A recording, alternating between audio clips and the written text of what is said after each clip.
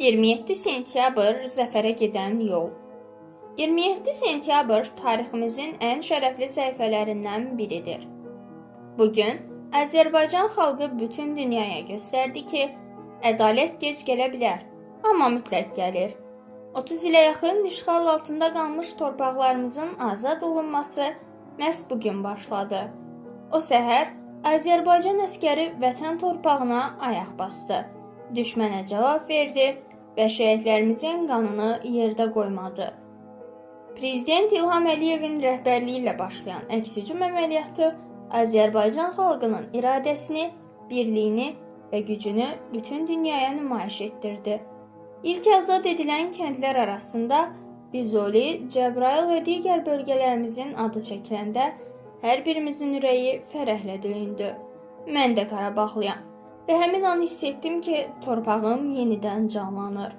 Bu yol asan deyildi. Şəhidlərimiz canlarını qurban verdilər.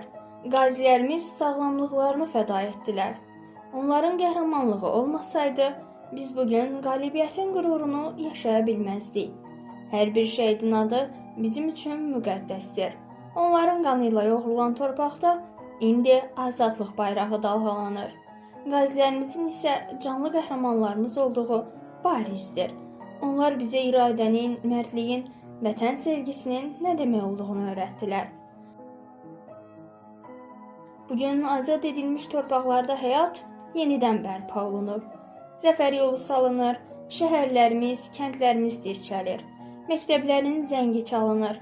Azan səsi, bayrağımızın dalğalanması Qarabağın hər güşəsində eşidilir. Bu sadəcə tikinti deyil. Bu, qayıdışın başlanğıcı, ruhun dirçəlişidir. 27 sentyabr bizə bir daha göstərdi ki, vətən hər şeydən üstündür. Bu tarix, igid oğullarımızın qanı ilə yazılmış qəhrəmanlıq dastanıdır. Biz bu günü heç vaxt unutmayacağıq. Hər zaman şəhidlərimizin ruhu qarşısında baş əyəcək, qazilərimizin qarşısında məğrur və hörmətlə dayanacağıq.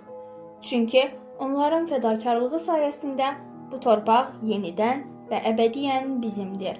Yaşasın Azərbaycan ordusu, yaşasın Qarabağ, yaşasın Azərbaycan.